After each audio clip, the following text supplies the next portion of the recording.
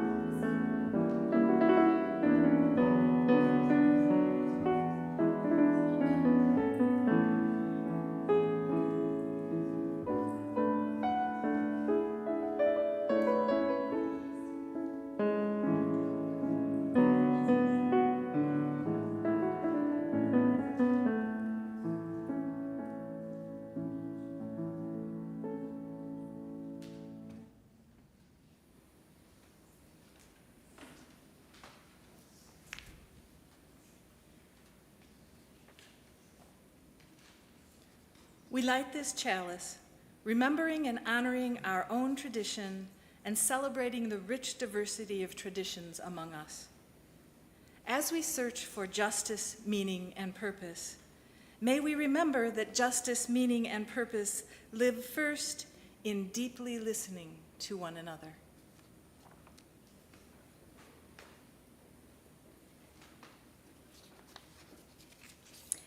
This morning's call to worship is entitled In Faith by Sunshine Jeremiah Wolf. This is a congregation that gathers in faith, not faith in one religion or one God or any one way. We gather in faith of the power of diversity, the power of love, and the hope of a world transformed by our care. We gather in faith in ourselves and those around us, not a faith that requires perfection or rightness in one another. Rather, a faith in our shared imperfection. We may learn to stumble and fall together. Faith that we will help one another to rise and to try again and again. We are Unitarian Universalists.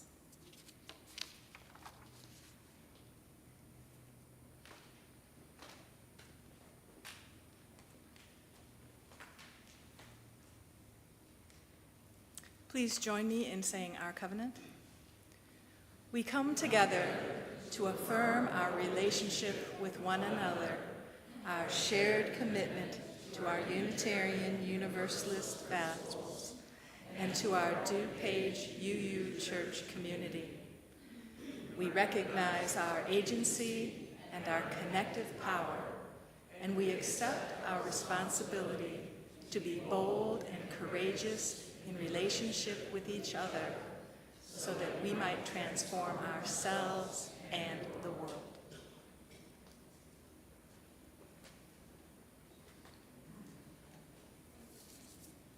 Our vision of beloved community is rooted in the relationships we have with each other, our world, and creation. Each week we share our joys and concerns. This morning we have two joys from Barbara Roos. First, during an unexpected visit to New York City due to a family medical issue, Barb had she said, I very much enjoyed attending services at the UU Church in Manhattan. Secondly, she says, my premature grandson is doing well. Today's flowers were given, our beautiful flowers, by Karen Hutt and Steve Tewald in honor of Mara and Richard Southern's 13th wedding anniversary. Even when the cares of the world weigh on us, may we find joy in our connections with each other and in the pleasures that life holds. Let us care for one another and for ourselves in all the ways that we can. As we hold each other in our hearts and minds with all our joys and all our sorrows, whether spoken or unspoken, please join together in a moment of meditative prayer.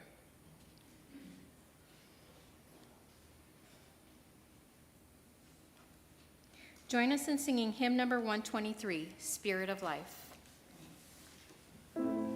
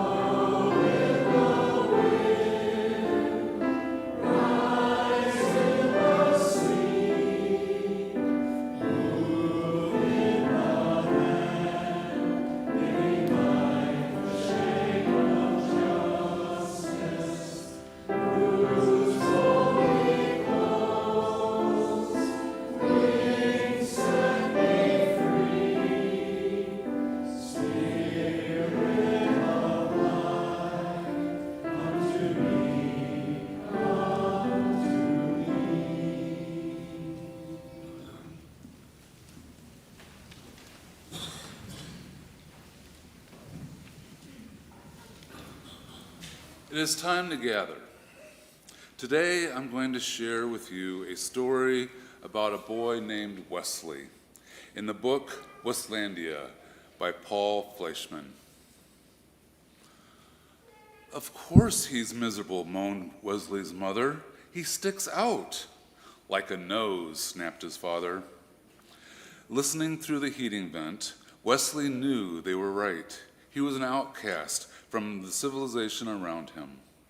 He alone in his town disliked pizza and soda, alarming his mother and the school nurse. He found professional football stupid. He refused to shave half his head, the hairstyle worn by all the other boys, despite his father's bribe of $5.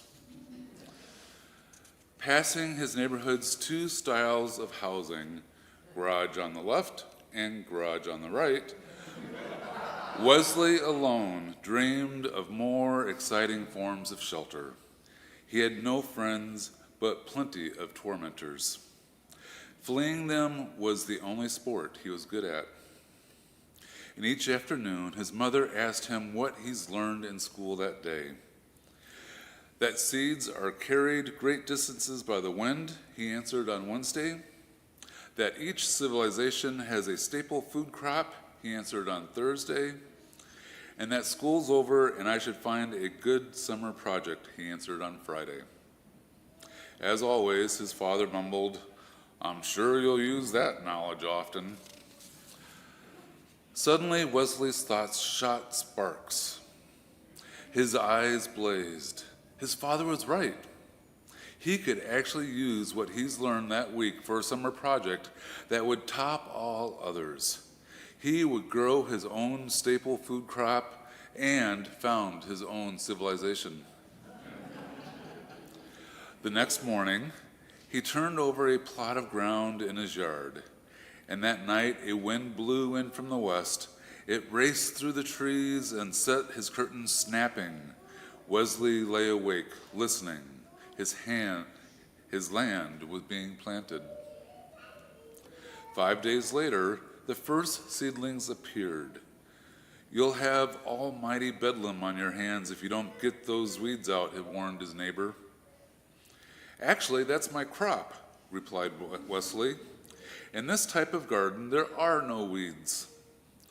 Following ancient tradition, Wesley's fellow gardeners grew tomatoes, beans, Brussels sprouts, and nothing else. Wesley found it thrilling to open his land to chance, to invite the new and unknown. And the plants shot up past his knees, then his waist, and they seemed to be all of the same sort, and Wesley couldn't find them in any plant book. Are those tomatoes, beans, or Brussels sprouts? Asked Wesley's neighbor. None of the above, replied Wesley. Fruit appeared, yellow at first, then blushing to magenta, and Wesley picked one and sliced through the rind to the juicy purple center. He took a bite and found the taste an entrancing blend of peach, strawberry, pumpkin pie, and flavors he had no name for. Ignoring the shelf of cereals in the kitchen, Wesley took to breakfasting on the fruit. He dried half a rind to serve as a cup, built his own squeezing device, and drank the fruit's juice throughout the day. Pulling up a plant, he found large tubers on the roots. These he boiled, fried, or roasted on the family's barbecue, seasoning them with a pinch of the plant's highly aromatic leaves. It was hot work tending to his crop. To keep off the sun, Wesley wove himself a hat from the strips of the plant's woody bark. His success with the hat inspired him to devise a spinning wheel and loom on which he wove a loose-fitting robe from the stalk's soft inner fibers. Unlike jeans, which he found scratchy and heavy, the robe was comfortable, reflected the sun, and offered myriad opportunities for pockets. His schoolmates were scornful, then curious. Grudgingly, Wesley allowed them 10 minutes apiece at his mortar crushing the plant seeds to collect the oil. This oil had a tangy scent and served him both as suntan lotion and mosquito repellent. And he rubbed it on his face each morning and sold small amounts to his former tormentors at the price of $10 per bottle. "What happened to your watch?" asked his mother one day, and Wesley admitted that he no longer wore it. He told time by the stalk that he used as a sundial and had divided the day into 8 segments, the number of petals on the plant's flowers.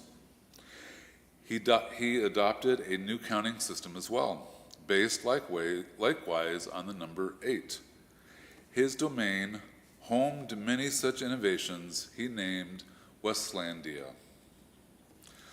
Uninterested in traditional sports, Wesley made up his own, and these were designed for a single player and used many different parts of the plant.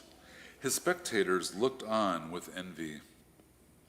Realizing that more players would offer him more scope, Wesley invented other games that would include his schoolmates, games rich with strategy and complex scoring systems. He tried to be patient with the other players' blunders. August was unusually hot, and Wesley built himself a platform and took to sleeping in the middle of Westlandia. He passed the evenings playing flute he fashioned from a stalk, or gazing up at the sky, renaming constellations. His parents noted Wesley's improved morale. "It's the first time in years he's looked happy," said his mother. And Wesley gave them a tour of Westlandia. "What do you call this plant?" asked his father. Not knowing its name, Wesley had become calling it Swist, from the sound of the leaves rustling in the wind. In like manner, he named his new fabrics, games, and foods until he created an entire language. Mixing the plant's oil with soot, Wesley made passable ink.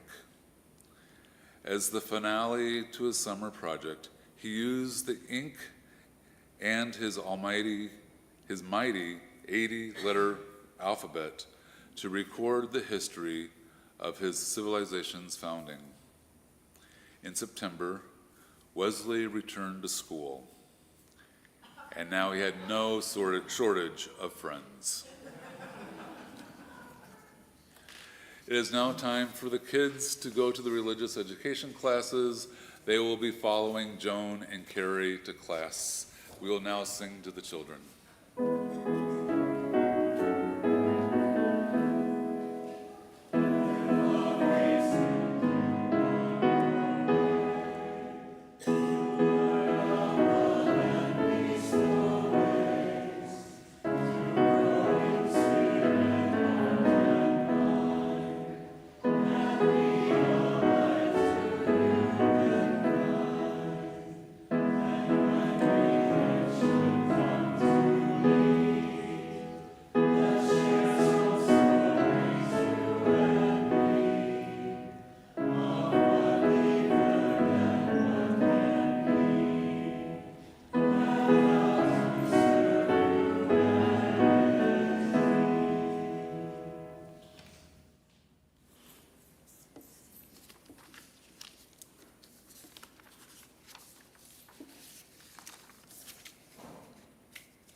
The giving of our treasure is how we reciprocate the many gifts we are given by this community. Your contribution supports the programs and operations of DuPage UU Church. Giving is also how we live our values in the world. Each month, we share our offerings with an organization nominated by the congregation and selected by the Special Offerings team. During June, our special collection will benefit the Unitarian Universalist Prison Ministry of Illinois, or UUPMI, nominated by Robert Scrocky. UUPMI fosters connections between UU congregations and people incarcerated in Illinois prisons. This group offers liberal religious ministry inside prisons to those individuals who may find themselves in one of the hardest times of their lives. This ministry is carried out through in-person worship services, covenant groups, pen pal groups, and other programs. UUPMI's work affirms the inherent worth and dignity of these individuals, as well as fostering their own free and responsible search for truth and meaning. Additionally, UUPMI advocates for policy changes that seek to improve the quality of life for those incarcerated both during and after their time in prison. The offering is given and received in a spirit of generosity and gratitude.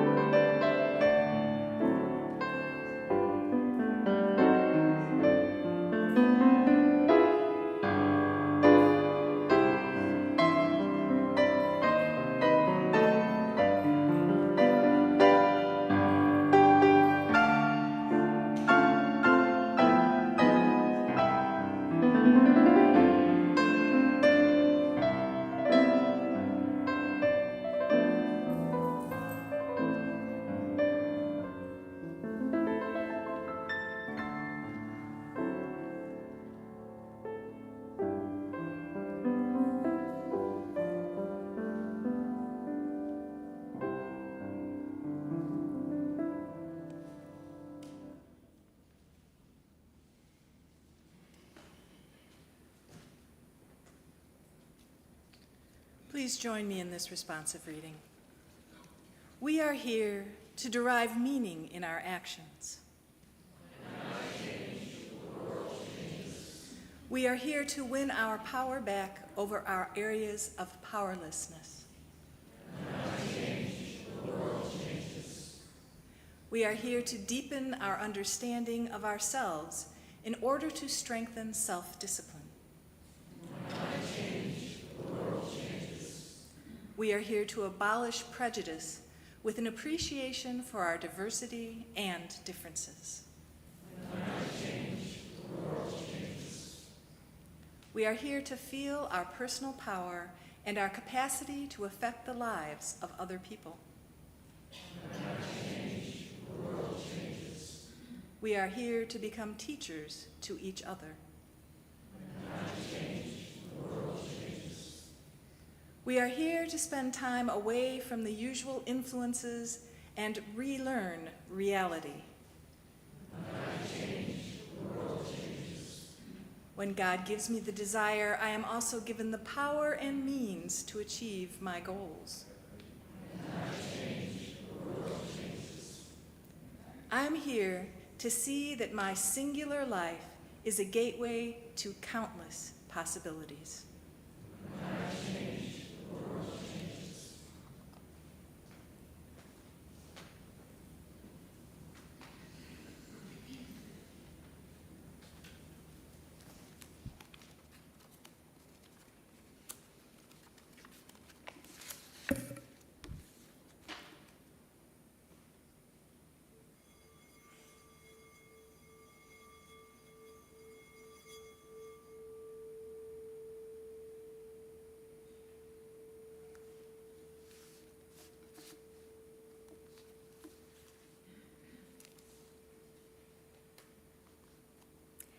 Do you remember the first time you watched a video on YouTube? My daughter showed us Fenton. Has anyone seen Fenton? Oh. All right, the scene opens to deer grazing in Richmond Park in London. If you haven't seen it, I won't spoil it for you. But in the comments section, someone simply wrote, "Sublime." If you want to look it up on YouTube, the actual title is listed as, well, it starts with an expletive, then in Richmond Park. But don't click on the remastered version or you'll ruin it for yourself. Click on the one that says original. It has over 25 million views. Other than rewatching Fenton, I wasn't on YouTube much, but I kept hearing people say you can learn how to do anything on YouTube. And you can look up nearly anything. Search a song title or a lyric, and up pops a video of the song. Or type in a quote from a movie or a TV show, and a clip or possibly a whole episode may appear on your screen. So I started looking things up, and then I started subscribing to people's channels. Click the subscribe button, they said, and hit the notification bell. Leave a comment. Before long, I had a YouTube feed with all the channels I had subscribed to. Many of these videos were 15 minutes long. They had commercials. And like lots of other people, I spent way too much time on YouTube. Then YouTube Shorts started showing up on my feed. These short videos lasted less than a minute, and I could watch one right after another with no commercials. One of the first was an upload of the viral TikToker Sarah Cooper doing her presidential lip-syncing videos. She was hilarious. I fell in love with YouTube Shorts. Every day, an endless stream of shorts was served up. They were all my favorite things. Comedians, click.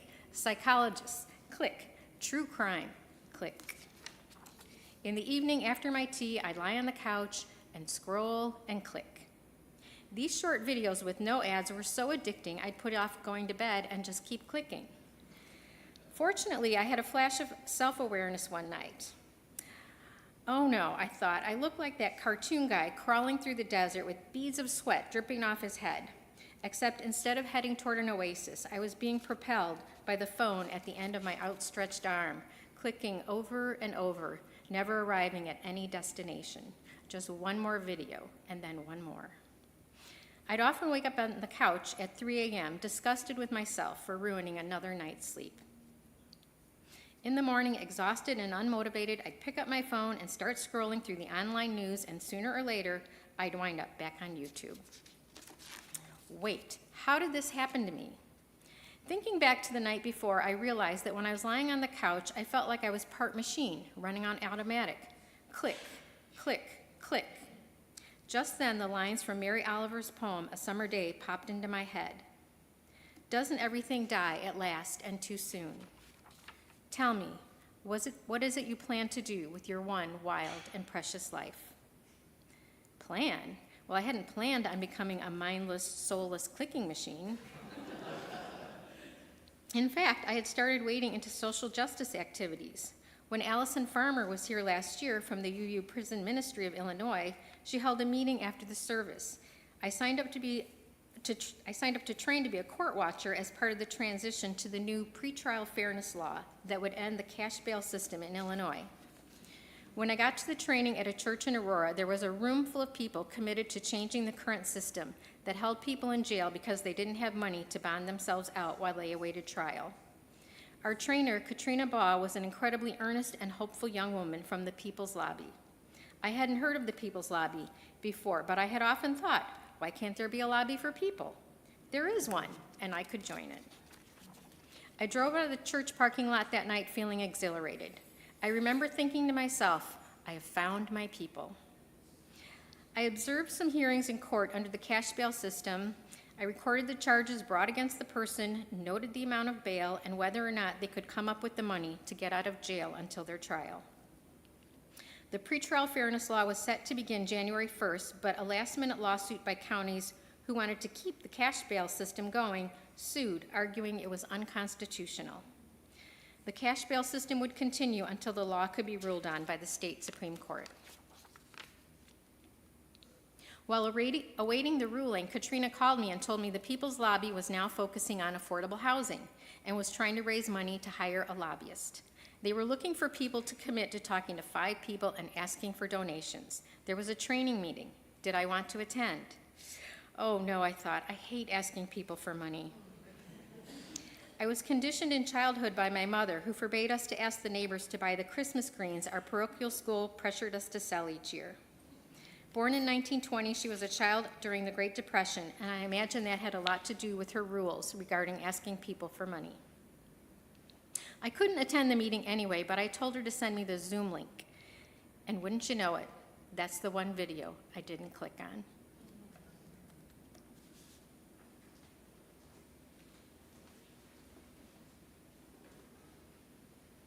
Please rise. If you're willing and able, go ahead and hymn number 348, Guide My Feet.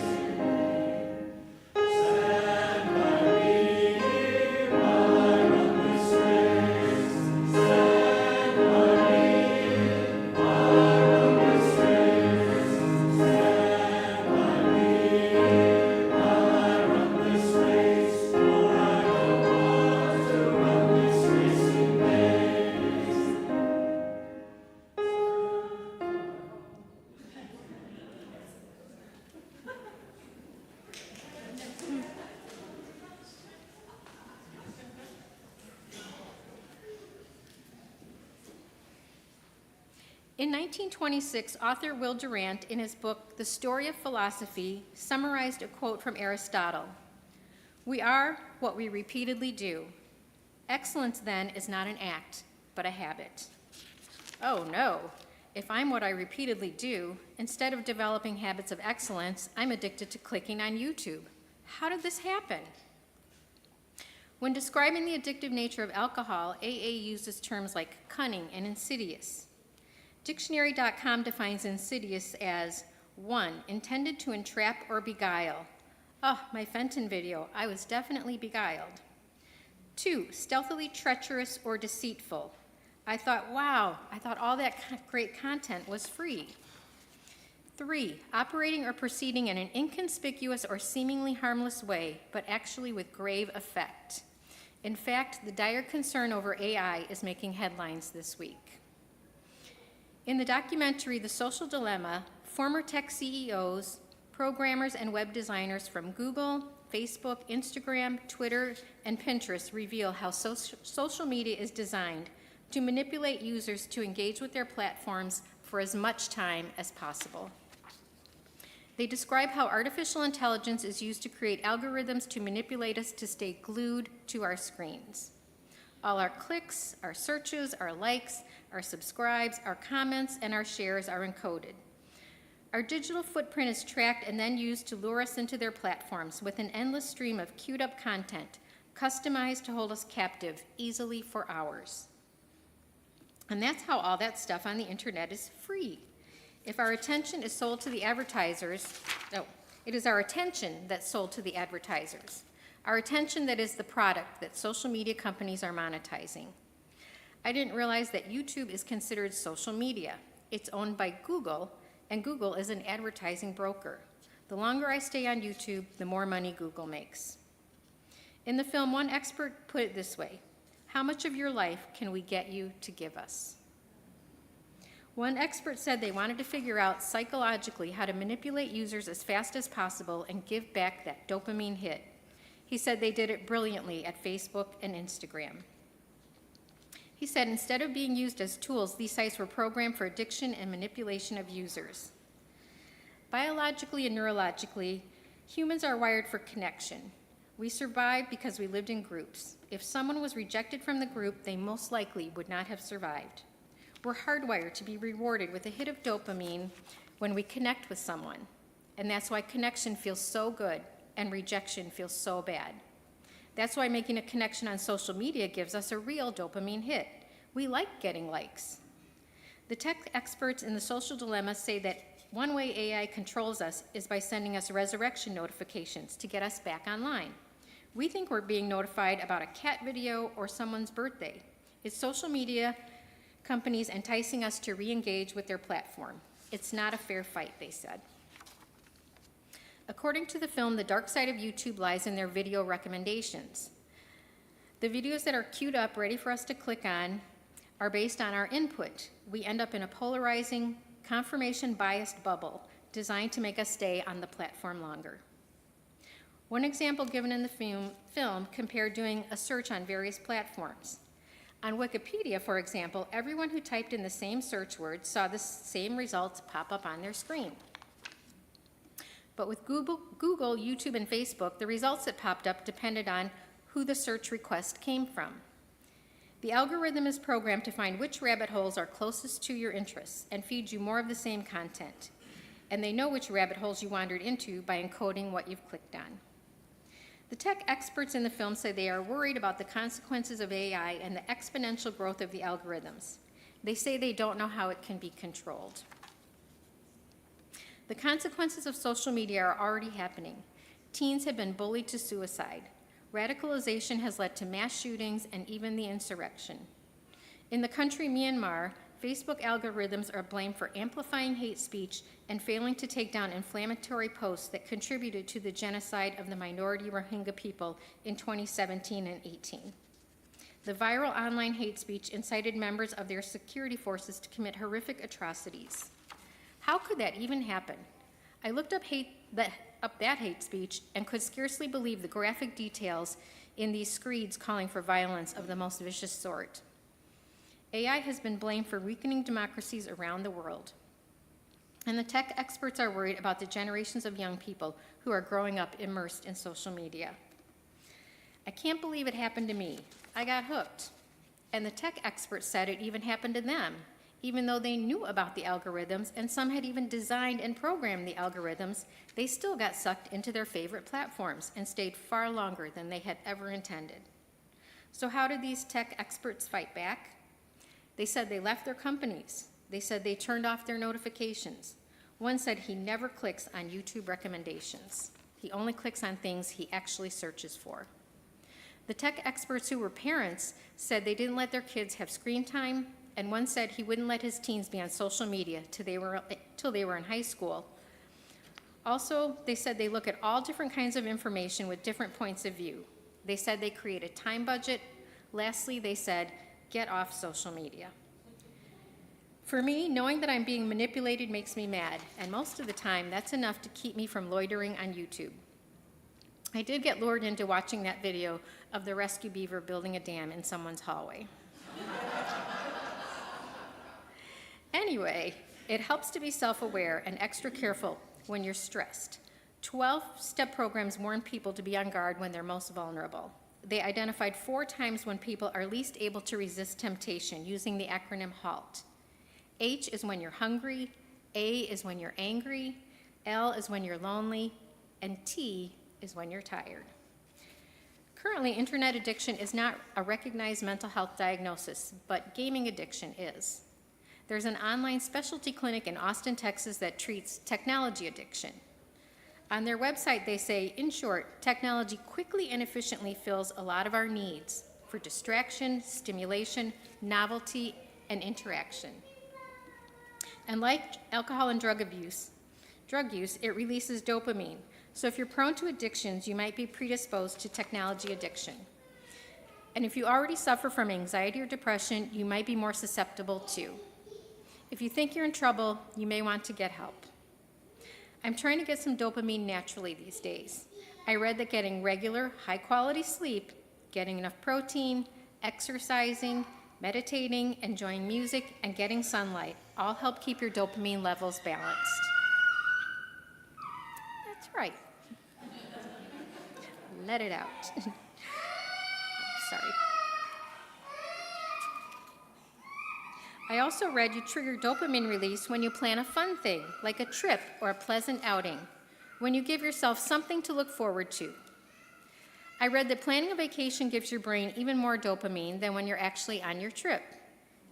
So here's my new evening routine. It involves putting down my phone. No more camping on the couch with YouTube.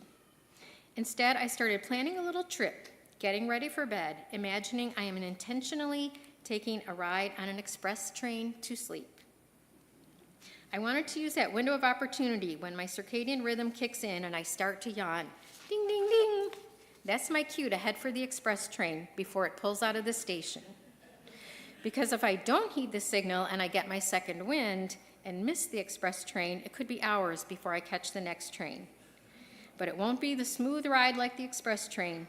It will most likely be a fitful trip with much starting and stopping and lots of wasted time. It works best if I start getting ready for bed while I still have some energy. Then, when I nestle into my berth, ready for the express train to pull out of the station with me on board, I feel a little hit of dopamine. And when I wake up refreshed and energized and start planning my day, I get another hit. Oh, I did call Katrina from the People's Lobby back. I confessed I didn't watch the Zoom video. She said no problem and that she had been planning on calling me that very afternoon because the state Supreme Court had just ruled that the Pretrial Fairness Act was constitutional. Would I be interested in court watching again? There's a training meeting, and we will observe how the judges determine who can be released and who must remain in jail until their trial. That I can do. So how about you? Are you spending your days and your nights the way you intend to? Tell me, says Mary Oliver, not letting any of us off the hook. What is it you plan to do with your one wild and precious life? May it be so.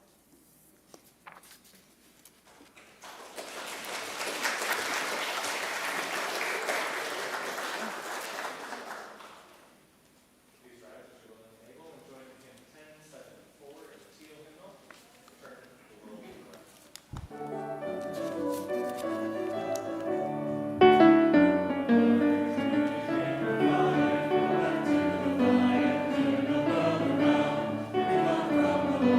Water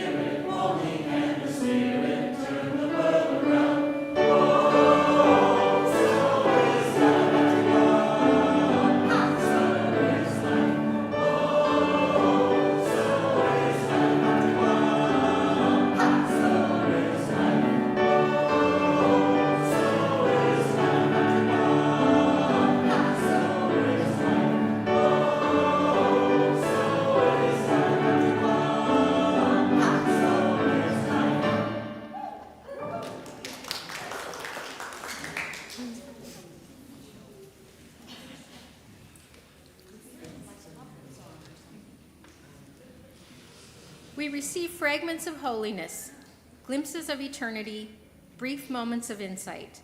Let us gather them up for the precious gifts that they are, and renewed by their grace, move boldly into the unknown.